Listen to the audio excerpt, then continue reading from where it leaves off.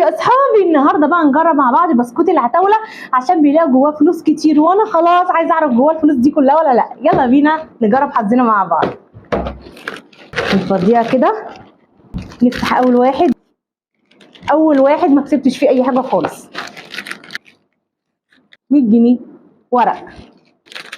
اول 5 جنيه. واو، كسبت تاني 5 جنيه. شكلي هكسب فلوس كتير. الفلوس الحلالة ايه؟ الفلوس الحلالة ايه؟ 200 جنيه بس ورق، مفهوش فلوس. مفهوش فلوس. مش هاخد غير 10 جنيه ولا ايه؟ مفهوش بردك حاجة.